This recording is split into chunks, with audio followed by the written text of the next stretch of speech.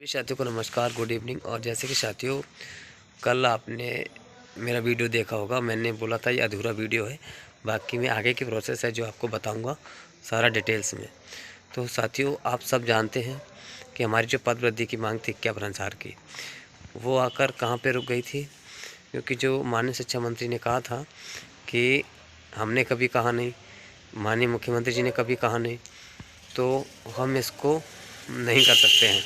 लेकिन जो हमारा 62,000 का जो टारगेट है, उसमें हम 40,000 तक कर चुके हैं। और अगर आपकी बहुत ज़्यादा मांग है और वो उस मांग को अपने नज़रिए से देखते हुए उन्होंने ये कहा था कि जो ओबीसी के अभ्यर्थी हैं, जिनके नियुक्ति पत्र रुके हुए हैं, उनके निराकरण के लिए हम 10,000 के लगभग पद बढ़ा सकते हैं। साथियों, आप जानते हैं कि अब सरकार ऐसा तो करेगी नहीं। सरकार कम से कम 8-10 हज़ार पद बढ़ाती है तो ओबीसी के अभ्यर्थियों को भी पद मिलेंगे, और साथ में जो अदर कैटेगरी के हैं उनको पद मिलना तो बिल्कुल स्वाभाविक ही है। जैसा कि अब शिक्षा मंत्री जी ने कहा था उस समय विधानसभा चुनाव से ठीक पहले कि बेटा, हमको ओबीसी कैटेगरी के जो अभ्यर्थी जिनके नियुक्ति पत्र रुके हुए हैं उनको अंदर करने के लिए हमको सिर्फ ओबीसी के अभ्यर्थियों को ही पद नहीं देने, हमें अदर कैटेगरी को भी देने पड़ेंगे। ये बात तो आप भी जानते हैं। तो स्वाभाविक सी बात है कि पद सभी को मिलेंगे, तो इसका मतलब सिर्फ ओबीसी कैटेगरी के साथ साथ सभी कैटेगरी को फ़ायदा होगा। अब ऐसा भी नहीं है कि जैसे 882 अभ्यर्थी जो इनके नियुक्ति पत्र रुके हुए हैं तो सिर्फ ऐसे गिन चुन के पद बढ़ाएं। लगभग उन्होंने कहा था कि 8 से 10,000 पद, 10,000 तक लगभग पद बढ़ा सकते हैं। तो 10,000 पद में कितनी ओबीसी कैटेगरी को भी फ़ायदा होगा, अदर कैटेगरी को भी फ़ायदा होगा। ये उस समय की बात थी। तो मैं सभी से ये रिक्वेस्ट करना चाहता हूँ, ओबीसी के साथियों से, जो जिनके नियुक्ति पत्र रुके हुए हैं, आप पूरी दम लगाओ। 800 के 882 जो अभ्यर्थी हैं, वो सभी अभ्यर्थी या जिनकी जॉइनिंग हो चुकी है तो 750 के 700 के समथिंग बचे होंगे, वो एक भी व्यक्ति ना रहे, सभी व्यक्ति 700 के 700 व्यक्ति बिल्कुल एक्टिव रहो। क्योंकि आपके नियुक्ति पत्र ही बटना बाकी सारी प्रोसेस हो चुकी है और आपका हक और अधिकार भी है, आप मांग भी सकते हैं। ठीक है, तो आपको मांग करनी चाहिए।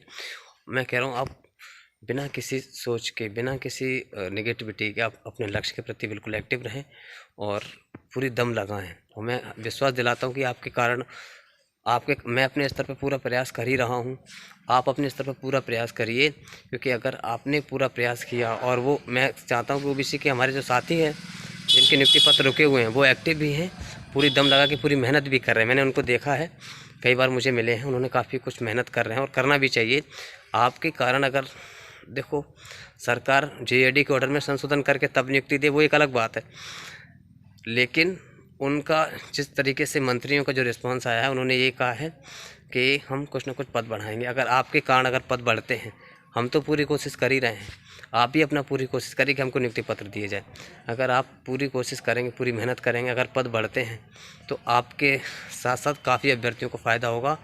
जो अदर कैटेगरी को सबसे ज़्यादा होगा, ओबीसी के कैटेगरी को भी ज़्यादा फ़ायदा होगा। क्योंकि गिने चुने पद नहीं आएंगे, पद कम से कम ओबीसी कैटेगरी को भी खूब पद मिलेंगे, जिससे 10,000 पदों में जिससे बाकी लोगों का भी हो जाएगा। साथियों, पूरी मेहनत करिए।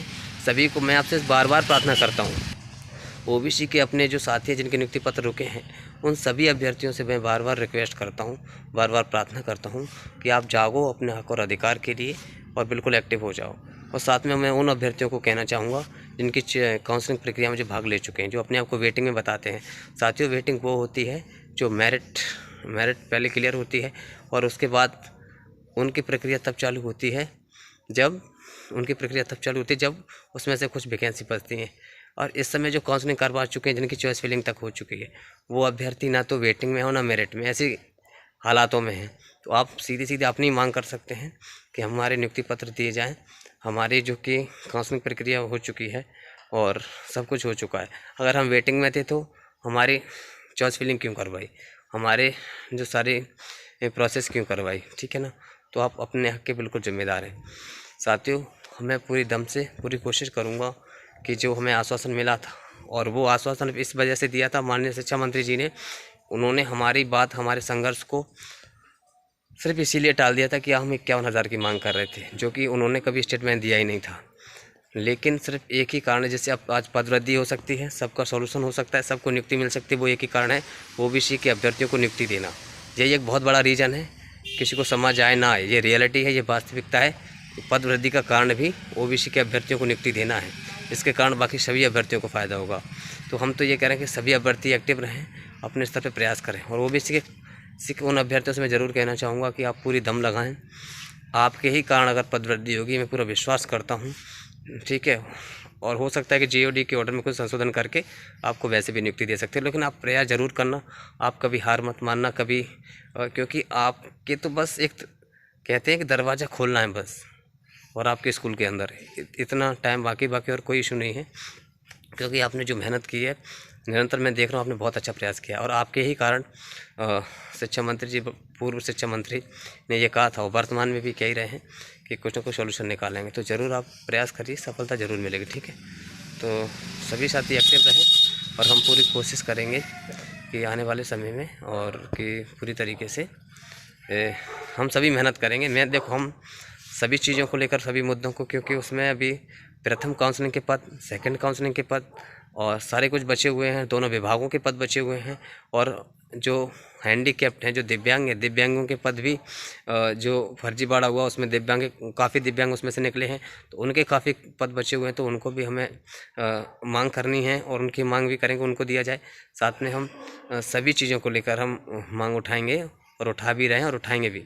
सारे हम वो पूरा प्रयास करेंगे। और देख, आज के लिए आपको एक खुशखबरी ये है, प्रयोगशाला के पदों को लेकर साथियों बहुत ध्यान से सुनना है कि मैंने माननीय विजय शाह जी, जो जनजाति विभाग के मंत्री जी हैं, उस समय उनसे मिला था मैं।